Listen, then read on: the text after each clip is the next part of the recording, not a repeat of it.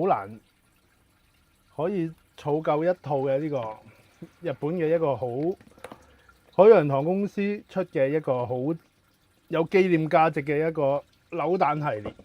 咁佢就係日本天然紀念物嘅一個系列嘅扭蛋。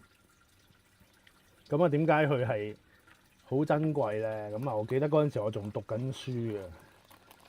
咁我就去咗而家兆萬中心對面有間上樓鋪，係專賣日本嘅雜誌嘅。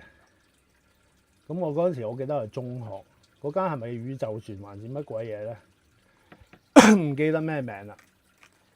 咁我去就買咗我第一本人生嘅天然紀念物。佢係海洋堂出嘅，咁佢係一本書嚟嘅。但係書咧係唔係好厚嘅啫，係一本書，係每一期都唔同嘅日本嘅動物嘅寫真。咁佢係其中入邊咧會有夾雜咗一個扭蛋模型，就係嗰個動物寫真嘅扭蛋模型。咁我嗰陣時啱啱接觸呢個日本呢個天然紀念物呢個系列嘅扭蛋。咁啊，記得第一隻係一個琉球嗰隻龜啊，好似係0號就唔知嘅，總之係第一本啦咁樣。咁咧之後咧就冇能力儲晒全套嘅，因為佢好似唔知1個月出一本。咁啊嗰陣時讀書啊冇錢啦，咁樣買咗隻龜，咁就冇繼續儲啦。咁啊好多年之後咧就機緣巧合就收藏翻嘅。咁啊啲書咧就送晒俾人啦，因為我冇位擺。咁啊其實係一本本寫真嚟嘅，係好靚嘅動物嘅寫真啦咁樣。係多謝 Man Sir 會加油嘅，大家都加油。咁啊佢係每一期係有個唔同嘅主題，都係一啲日本嘅天然紀念物。咁今次就同大家介紹呢個系列先。咁啊書咧，我嗰個寫真我就冇噶啦，就我已經送咗俾人。咁啊只剩翻啲模型。咁我唔記得我呢度齊唔齊一套啦，但係基本上都齊晒嘅。咁啊同大家分享下啦咁樣。咁佢我記得全套有幾十隻㗎，咁幾多十隻啦，我又唔係好記得。咁啊，首先同大家睇下啦，呢隻就係其中一隻鰲蝦，即係日本嗰啲小龍蝦。日本嘅小龍蝦，大家睇下佢係大概應該點都有20幾年前嘅啦，但係個手工係好靚，非常之精細。咁佢比一般扭蛋係大少少嘅。咁可以睇到佢嗰啲構造咧都係好靚嘅，非常之靚嘅。咁佢呢個龍蝦咧有出呢個特別版嘅藍色嘅，呢隻係普通版啡色。咁日本嘅小龍蝦啦，咁啊第一隻繼續睇落去啦。咁啊呢隻亦都係日本嘅天然紀念物啦，一種羚羊啦，喺山上邊嘅。原諒我個名，我唔係好記得啦，因為都記唔晒咁多。咁啊，總之係日本一種羚羊啦，係天然紀念物嚟嘅。咁啊，佢有埋個地台嘅，個地台都做得好靚嘅，有啲草啊咁樣。奇談俱樂部出嘅日本獨有動物都有幫呢隻羚羊有出過嘅，但係佢呢隻講緊20幾年前咧，佢係嗰個造型咧，同埋嗰個雕工一啲都唔輸蝕嘅，比而家。咁啊，再睇下一隻啦。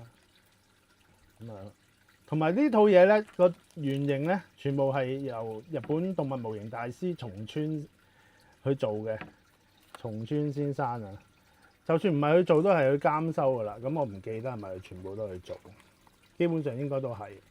頭先講嘅藍色龍蝦。咁係記得係特別版嚟嘅，咁啊同埋一隻普通色嘅啡色龍蝦啦，同埋一隻藍色龍蝦。咁啊，佢有一個地台跟埋嘅，個地台係一啲樹葉嚟嘅。個藍色都好鮮豔嘅，游得個帽基本上係一樣嘅，不過唔同顏色。咁呢個係少有啲嘅。咁啊，繼續睇落去啦。咁啊，日本呢個天然嘅物啦，啄木鳥啦，啄木鳥，你可以睇到佢係比一般模型大少少嘅，同埋佢就算連個地台個座咧都係好用心嘅上色，做得非常之靚。咁好似呢種啄木鳥係咪而家絕咗種？咁啊，繼續啦。呢個就係珠環啦，係日本國鳥啊。中國都有呢種嘅，中國種嘅珠環同埋日本種嘅珠環，咁非常之瀕危嘅一種動物。咁啊地台啦，咁啊我拆開咗擠翻落袋咁啊冇，所以就分開咗嘅，就唔係爛啦。最後一隻啦，就係呢隻龜啦。我頭先講咧，我第一隻天然記物咧就係呢隻琉球嘅龜啦。嗰陣時咧，佢係一本連埋一本書咁樣賣嘅，咁隻龜就係咁樣，好似真嘅初生龜一樣，好難揾啊！而家呢啲好靚，所以呢啲我自己都唔捨得去賣翻出去，我自己一路 keep 住一套，因為真係好靚。呢個亦都好有紀念價值。嗰陣時我讀緊書，我唔記得中四定中五。咁啊，第一隻天然記物。咁啊，繼續啦。呢隻甲飛犬啦，日本嘅土產嘅狗，甲飛犬，亦都係日本天然記物嚟嘅。甲飛犬，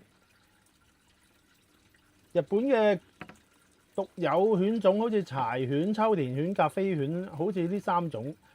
就唔記得係咪仲有一隻，咁我記得係就呢幾種啦。咁啊，再繼續呢隻就係頭先隻藍龍蝦，點解另外又多咗隻鉗嘅？可能仲有另一隻個配件啦。因為有啲我係有2隻，有啲有2、3隻。咁跟住係丹頂鶴啦，丹頂鶴。咁丹頂鶴咧。佢特別嘅地方咧，我話冇組合啊！呢個大家可以，因為啲腳如果組合咧會亂，咁啊冇組合。但係你睇到佢個手工都好靚。咁佢最得意咧有隻 BB 嘅丹頂鶴裝喺個地台嗰度咁樣嘅，啲丹頂鶴啦。咁繼續呢一隻咧就係日本嘅一種嘅閉殼龜啊，日本一種閉殼龜，奇譚都有同佢重新出過嘅呢隻龜。咁但係我覺得佢奇譚咧同佢做嘅嗰個手工係各有千秋啦，同埋你要記得呢隻龜係20幾年前嘅造型。咁呢隻我拆開俾大家睇啦。非常之靚嘅，嗰啲甲殼嗰啲上色塗裝，同奇譚嗰隻有一揮嘅真係。奇譚嗰隻，但係奇譚嗰隻已經係20年後嘅產品嚟嘅喎，即係冇20年都10年後啦。非常之靚嘅，呢啲真係我自己好中意嘅一啲珍藏嘅扭蛋啦咁啊。基本上而家好難揾到啦，除非你日本啲中古咧，可能有機會揾到。咁啊，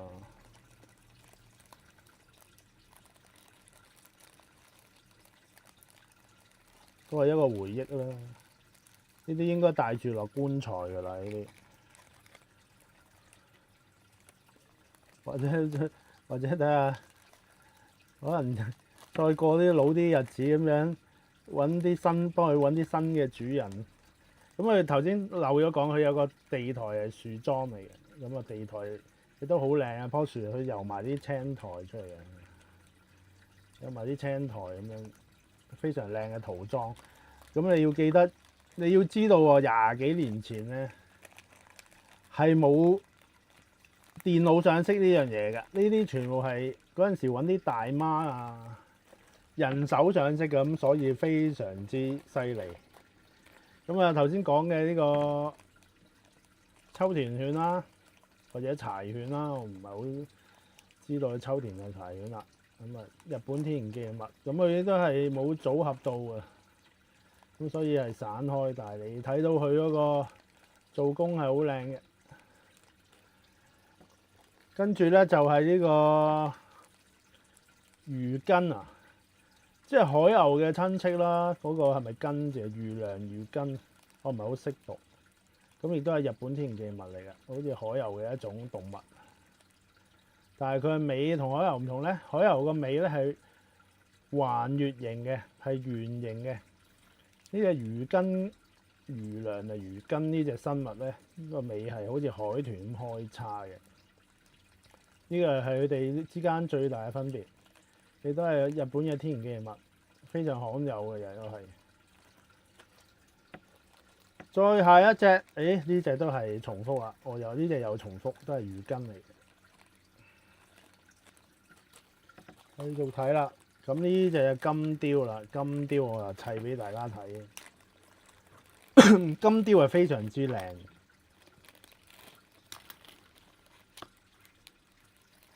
咁啊腳有隻爪咁樣，咁金雕嘅質地咧係比較硬身嘅膠喎，同其他嗰啲天然記物做咧又唔係好一樣喎，唔知點解佢轉咗做一隻硬身少少嘅膠咁做，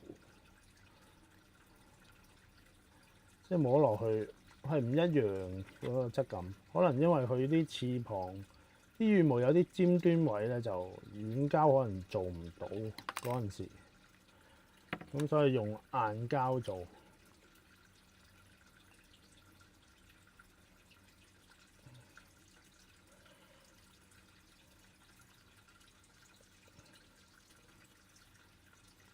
咁啊砌咗係大致上係咁樣啦。咁尾啊隻腳又唔砌啦，咁啊但係睇到都係非常之靚嘅一個金雕嘅模型啊！羽毛個翅膀做都係好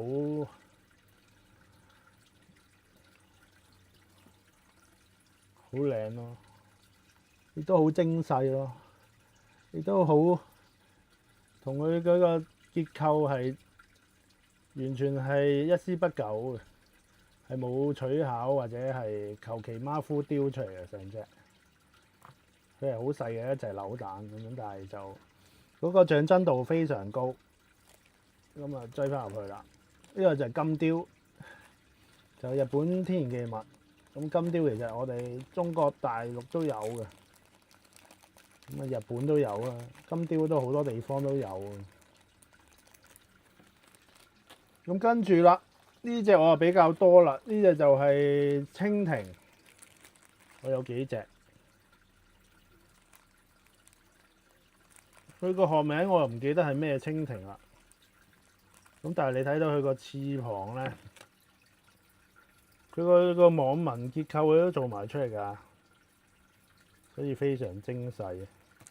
咁呢個蜻蜓就比較容易揾到嘅當其時，咁我都有幾隻。咁啊繼續，呢個都係金雕啦，金雕我都有多。咁有多嘅我就會選擇賣咯，但係我都會自己留翻一套。跟住就係呢個水獺啦，河水獺啊。水獺都好靚嘅，佢哋呢啲全部都有一個地台跟住嘅大部分。咁啊呢隻係睡鼠啦，唔係睡鼠喎，呢隻唔係睡鼠，呢隻係唔知咩林鼠乜鬼嘢，就唔係老鼠嚟嘅，都係日本天然記物。雖然係老鼠，但係都做得好精細啊！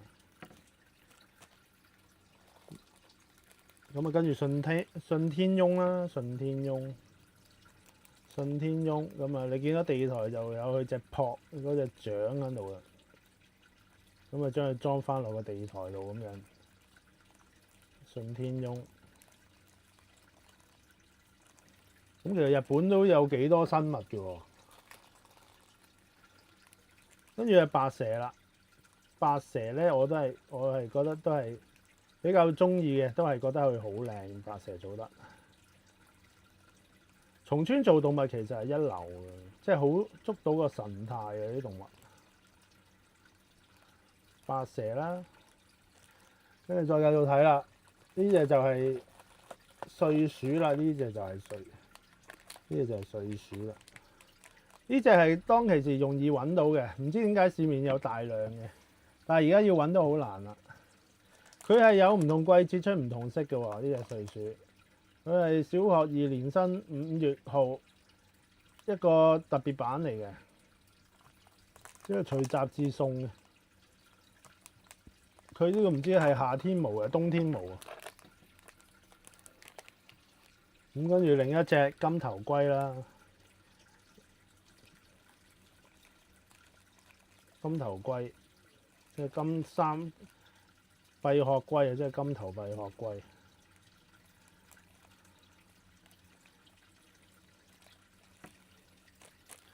龜都係比較受歡迎嘅一啲品種啦。跟住呢隻唔知大家睇唔睇到啦？咁因為佢喺袋入邊就冇砌，就分開嘅。咁啊，但係估唔估到係咩嚟咧？大家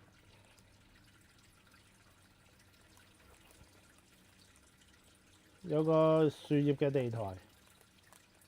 咁呢個係螢火蟲，係螢火蟲。再跟住呢個就係紫色寄居蟹啦，亦都係早排咧有單新聞咧，有個大陸嘅女人去人哋日本唔知北海道定係邊度沖繩咧，大量捉咗呢種寄居蟹寄翻國內賣當寵物，呢個就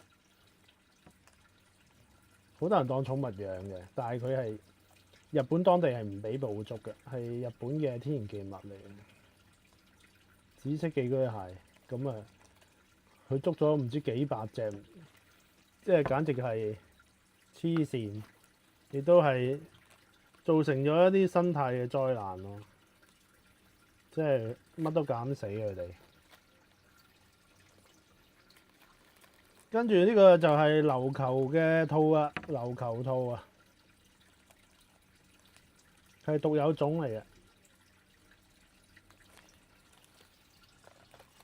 再跟住呢隻咧，就係一隻甲蟲，亦都係天然記物，日本一種甲蟲。佢就冇組合嘅，但係你睇到佢係啲腳啊，同埋佢有個前肢係好長嘅，就牙開好搞笑嘅，好特別嘅前腳，第一對腳係非常長嘅。咁一隻甲蟲啦，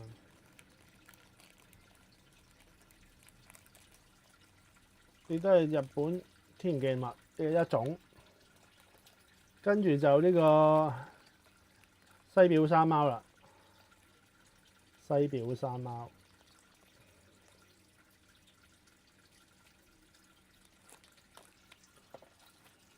跟住呢個係海龜啦，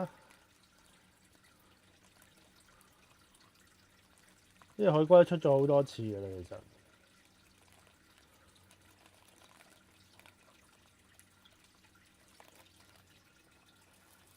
跟住就狸貓啦，亦都係宮崎駿嗰套動畫《百變狸貓》嘅原型啦。狸貓，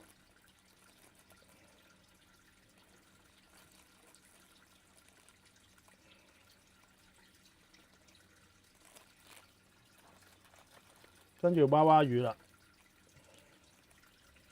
呢隻娃娃魚咧非常之精細，大家睇下口度係咬住條魚仔嘅，係咬住條魚仔嘅。汪奴你好啊，汪奴，汪奴，好耐冇見，近排成日見到你喺陳大雲嘅直播喎，我都有睇喎。娃娃魚非常之靚。你諗下20幾年前嘅工藝，可以做到開口，嗰條魚仔都咬住，一直喺度啊！咁啊，多謝你支持先啦。係喎，汪奴你話咩？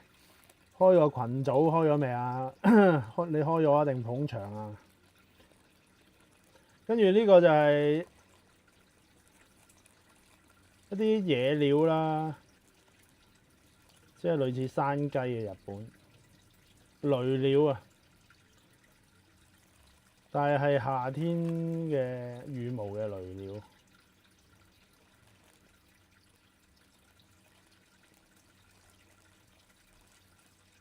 啱啦，我哋呢班曾經共同作戰嘅人，係時候要聚翻埋一齊啦。因為終於等到呢一日，而家唔打落水狗，幾時打？我都忍得耐啦。佢條撲街。跟住呢個係貓頭鷹啦，但係呢個台咧就做正經嘢嘅，就唔會同啲爛台鬥冚嘅。跟住貓頭鷹啊，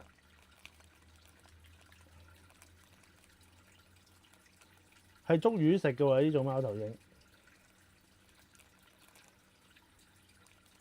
大家在心中啦，汪毛有啲嘢就唔方便講啊，係咪？不過而家佢自己自食其果啦。灰甲連歷啊，取消訂閱咯。嗱，你上去金毛度，你上去金毛度，俾個電話佢睇，就話訂閱咗，跟住攞咗佢張連歷卡，跟住即場喺佢面前再取消訂閱，撕爛埋張連歷卡，咁就好，咁就 perfect 啦。